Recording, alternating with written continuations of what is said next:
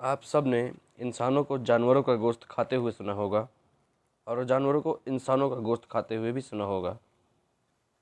लेकिन क्या हो अगर मैं कहूँ कि इंसान ही इंसान का गोश्त खाता है? ये सुनकर आपको कैसा लगेगा? ये सुनने में बहुत ही अजीब और बहुत ही डरावना है।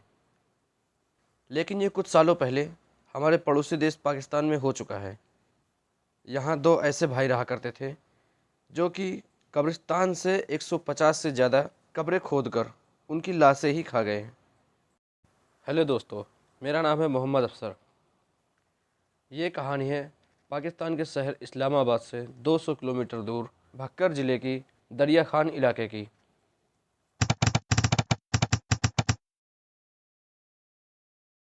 कहानी की शुरुआत तब होती है जब कोहावर कला गांव में एक महिला की मौत गले के कैंसर की वजह से हो जाती है।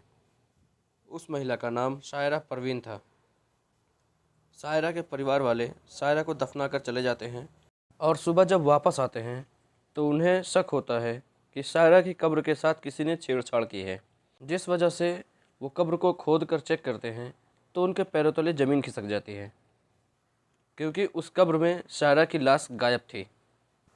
शायरा के परिवार वालों ने तत्काल ये सूचना पुलिस को दी और ये बात इलाके में आग की तरह फैल गई, क्योंकि हाल ही में एक मामला ऐसा आया था कि इसी कब्रिस्तान से कुछ लाशों को गायब किया गया था।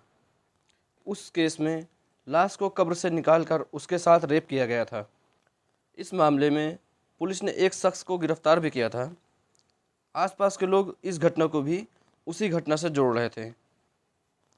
तभी पुलिस को एक गुप्त सूचना मिलती है कि उस कब्रिस्तान में एक शख्स को अक्सर देखा जाता है। वो यहाँ आए दिन आता जाता रहता है और वो शख्स टोने टोटके भी करता है। ये बात पता चलते ही इंस्पेक्टर फक्कर भाटी उस शख्स के घर तुरंत ही पहुँचते हैं।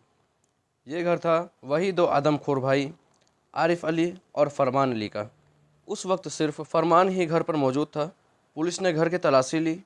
घर की तलाशी लेते वक्त पुलिस की नज़र एक बंद कमरे पर पड़ी जिस पर ताला लगा हुआ था। तो फरमान ने बताया कि यह कमरा आरिफ अली का है, जो कि किसी काम से बाहर गया हुआ है। पुलिस ने कमरा जब खुलवाया तो उसमें देखा कि एक हांडी रखी हुई है जिसमें कुछ नॉनवेज पका रखा हुआ है और पास में ही चाकू, लकड़ी, कुल्हाड़ी और ऐसे कुछ सामान रखे हुए थे जिसमें कि गोश्त और थोड़ी सी चर्बी लगी हुई थी। इंस्पेक्टर भाटी ने इस बात पर ज़्यादा गौर नहीं किया, क्योंकि अक्सर ऐसा घरों में होता ही है। लेकिन उनकी नज़र चींटियों की एक लाइन पर गई जो कि पास में रखी हुई एक चारपाई के नीचे जा रही थी। इंस्पेक्टर भाटी ने चारपाई के नीचे देखा तो बहुत सारा सामान रखा हुआ था। जब उस सामान को निकलवाया गया तो साथ में एक बोरी निकली। उस बोरी को जब खुलवाया गया तो सबके होश उड़ गए, क्योंकि उस बोरी में थी शायरा की लाश जो कि कब्र से गायब हो गई थी। शायरा की एक टांग कटी हुई थी। इस वजह से पुलिस को लगा कि हांडी में जो नॉनवेज पका रखा हुआ है वो इसी टांग का है। पुलिस ने तुरंत फरमान अली को गिरफ्तार किया। कुछ देर बाद आरिफ अली को भी गिरफ्तार कर लिया गया। पुलिस ने हांडी को कब्जे में लेकर फॉरेंसिक लैब में जांच के लिए भेज दिया और दोनों भाइयों से पूछताछ करने लगी। पूछताछ करने पर दोनों भाइयों ने कबूला कि उन दोनों ने ही शायरा की लाश को कब्र से निकाला है और दोनों ने ही मिलकर शायरा की एक टांग काट कर उसकी सब्जी बनाई है।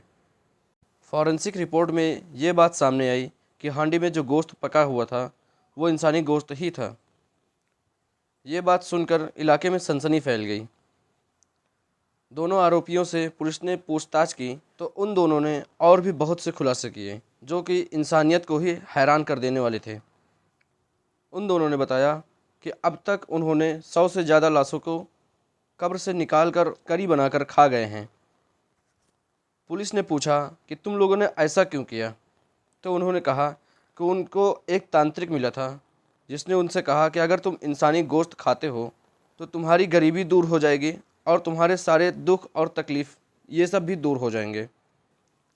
हालांकि वो किसी ज़िंदा इंसान को मार तो नहीं सकते थे, क्योंकि उन दोनों में इतनी हिम्मत नहीं थी।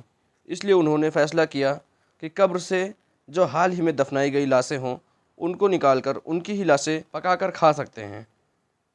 फिर पुलिस ने उन दोनों को कोर्ट में पेश किया, लेकिन दिक्कत तो तब आई जब इस पर सुनवाई की गई, क्योंकि इस तरह के अपराध के लिए क्या सज़ा दी जाए ऐसा कोई प्रावधान पाकिस्तान के कानून में मौजूद ही नहीं था।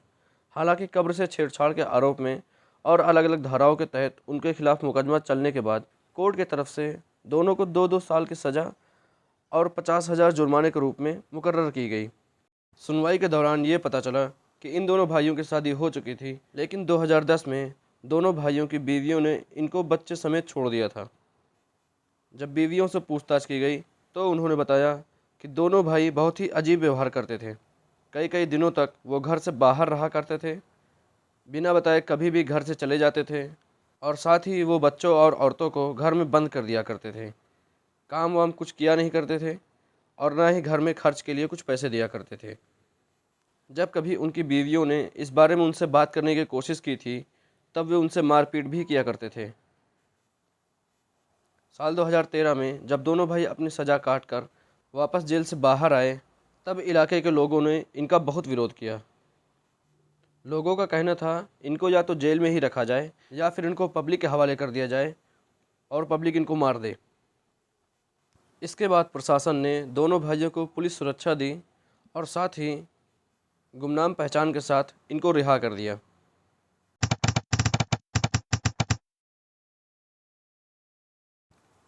भक्कर जिले के स्थानीय पुलिस स्टेशन में स्थानीय लोगों ने शिकायत की कि उनके पड़ोस के एक घर से जले और सड़े हुए मांस की दुर्गंध आ रही है। इस बात पर पुलिस ने उस घर के छापेमारी की तो वहां पर ये दोनों भाई मिले और उस घर का नज़ारा बिल्कुल वैसा था जैसे कि 2011 में पाया गया था। ठीक वैसे ही एक कमरे में एक हांडी में करी बनी हुई रखी थी और साथ में ही एक 2 साल के बच्चे की खोपड़ी, जिसे मौत के बाद पास के ही कब्रिस्तान में दफनाया गया था। पुलिस इन दोनों भाइयों को गिरफ्तार करके फिर से कोर्ट में पेश करती है तो कोर्ट में फिर से वही परेशानी आती है कि ऐसे अपराध के लिए कानून में कोई प्रावधान ही नहीं था, जिस वजह से मामले को पंजाब के सरगोधा में आतंकवाद निरोधक अदालत को सौंप दिया गया। यहाँ सुनवाई के दौरान पता चला कि इन दोनों भाइयों को इंसानी मांस खाने की आदत लग गई थी, इसलिए ये जेल से छूटने के बाद फिर से उसी काम में लग गए और इस बार 50 से ज़्यादा कब्रों को खोदकर लाश निकाल कर खा गए।